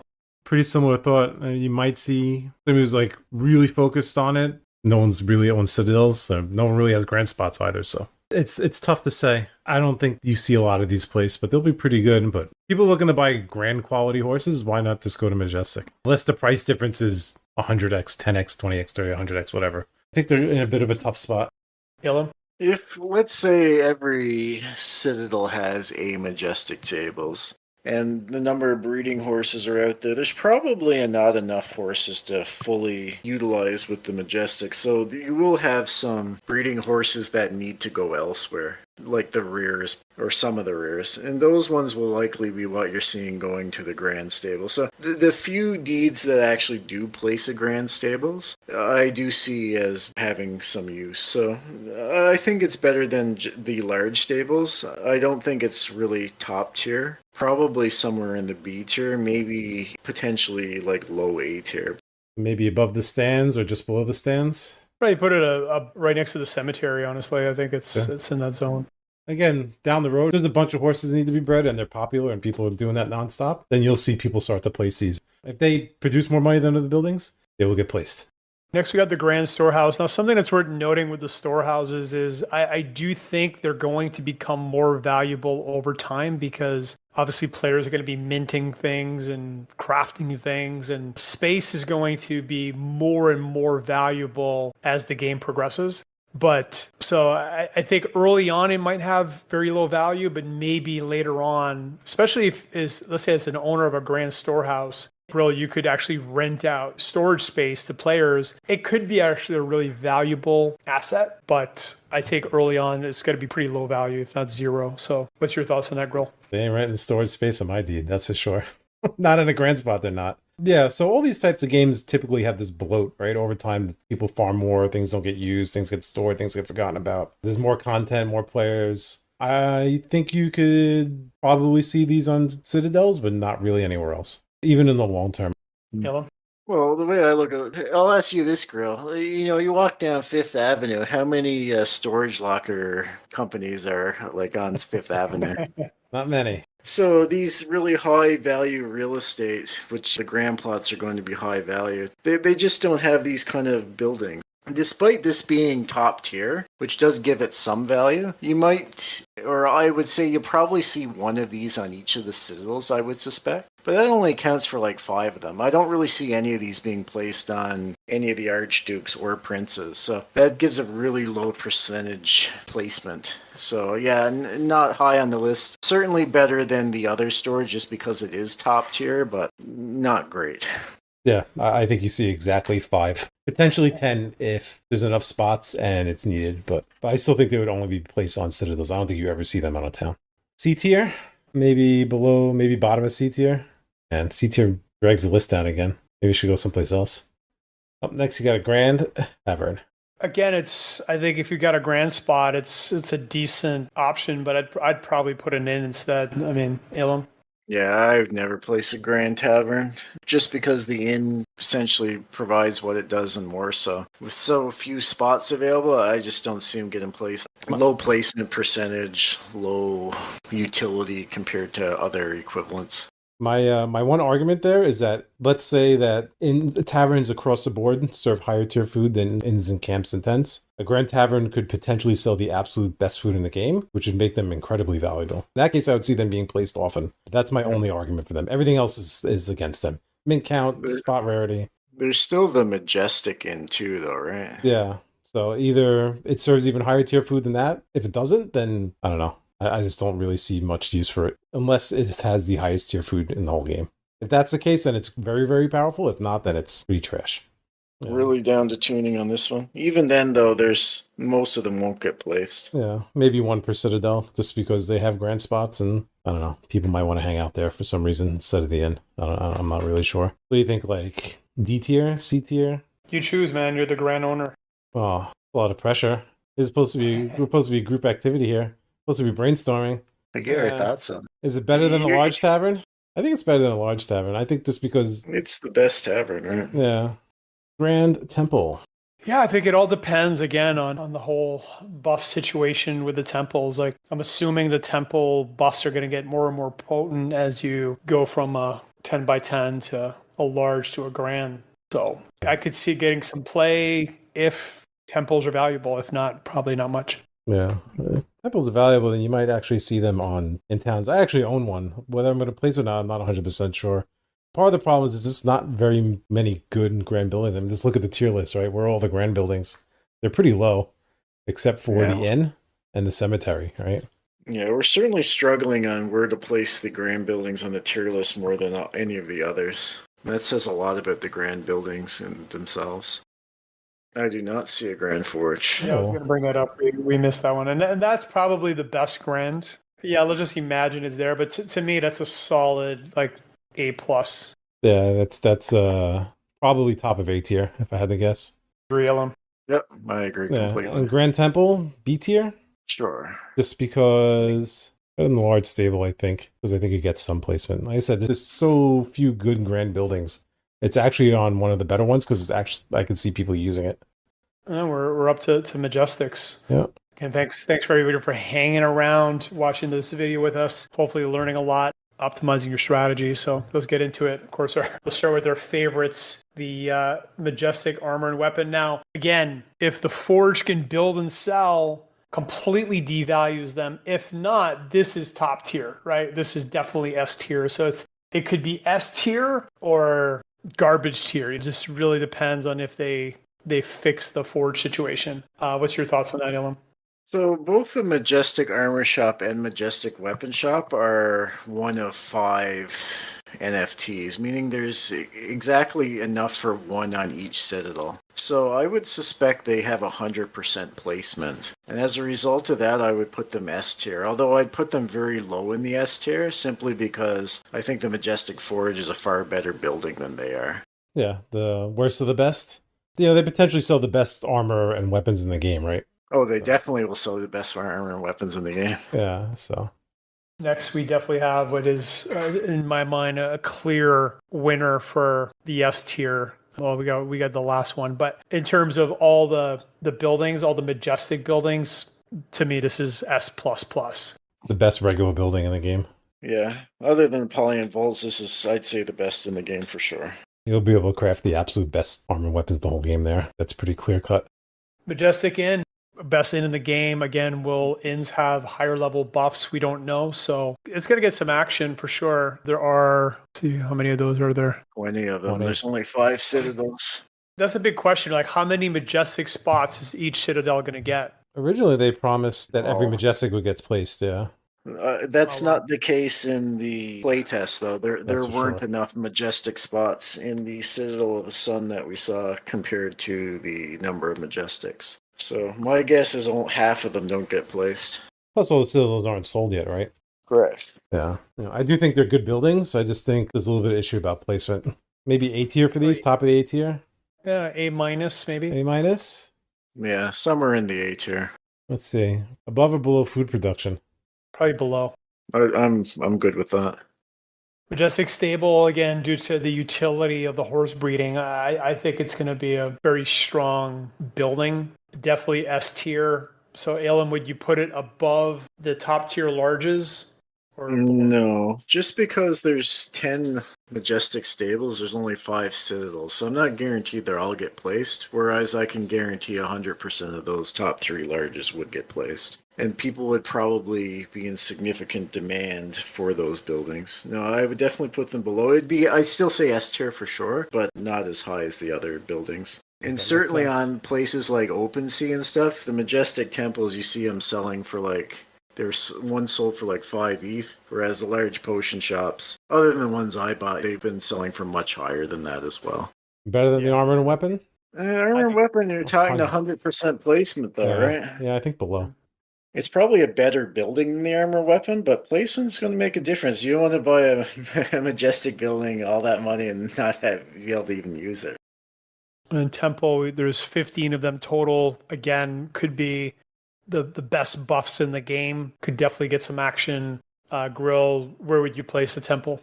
Probably the bottom of the S tier. I think it's similar to the stable, as it's the best of the best. I think they'll be very, very busy. They just all won't get placed. The worst of the best? Yeah, they might even. Yeah, I think the stable's probably better than the temple.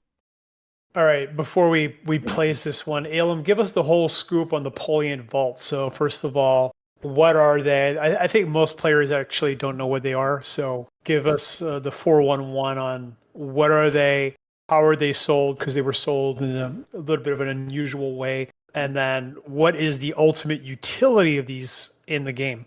So the Polian Vaults are unique amongst all the buildings. First off, they're the only building that is not part of the actual Mirandus collection.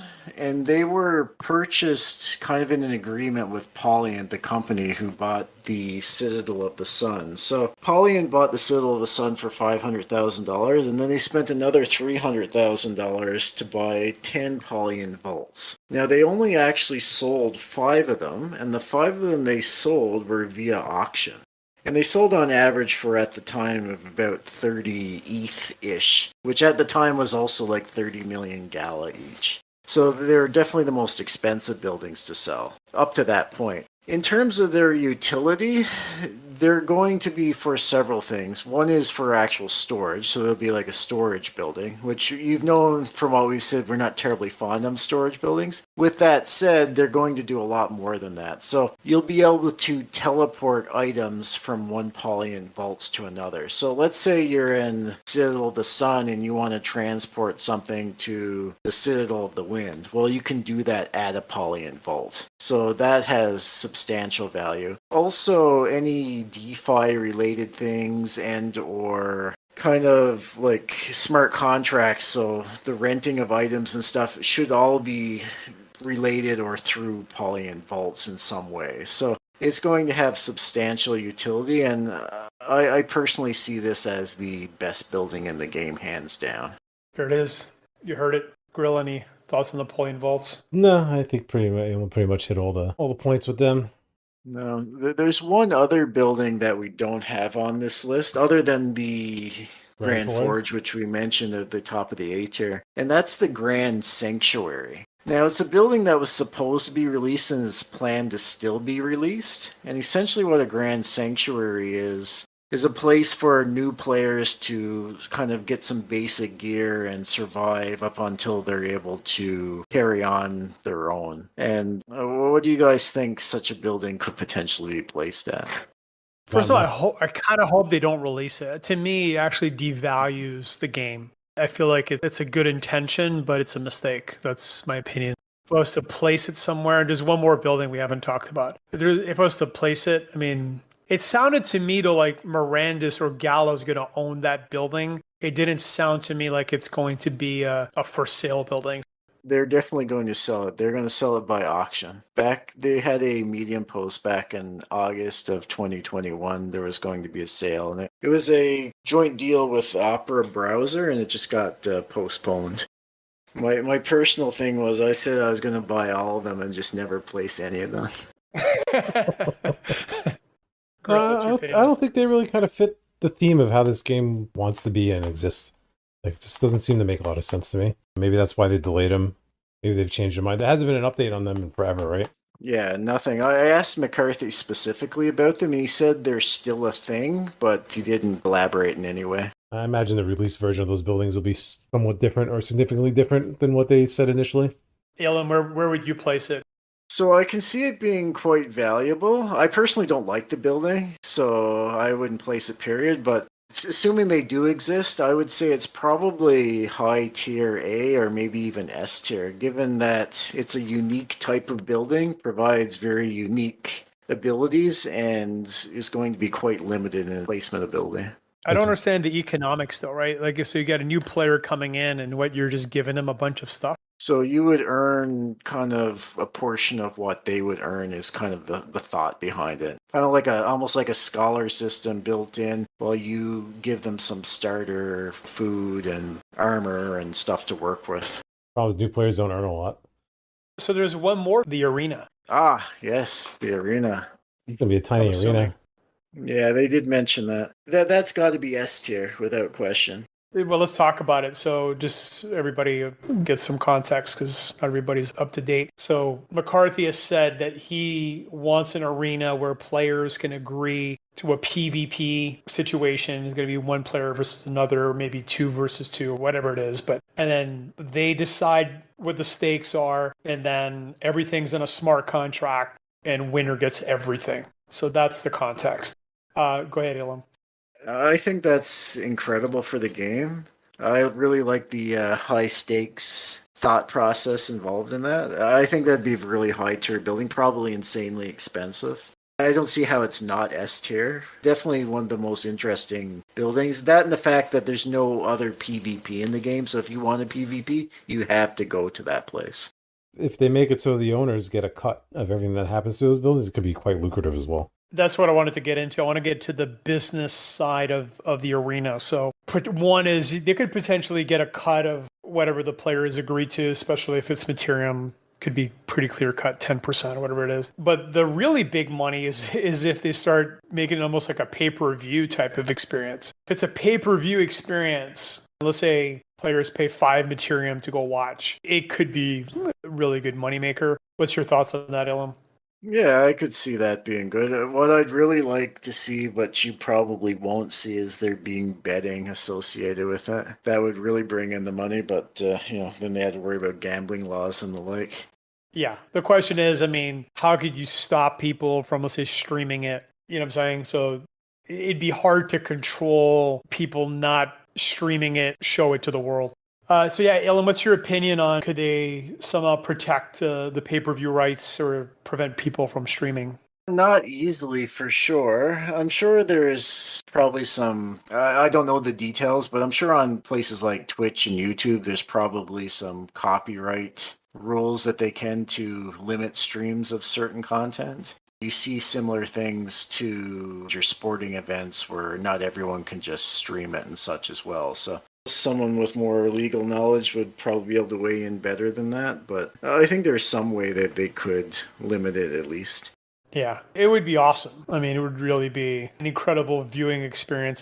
I'd watch it. I think most of the people in Mirandus would be really excited to see. And you could do some really crazy shit. Like, for example, 3 versus 3 and throw in like 5 large trolls. You know what I mean? Like, they would fight tigers and all kinds of crazy things. So yeah, it could be a lot of fun and interesting. And I think, like you said, the marketing side of that, I could really see that going viral. I think it'd be really, really good for the game, and I could see a lot of people talking about it. But yeah, definitely an S-tier building.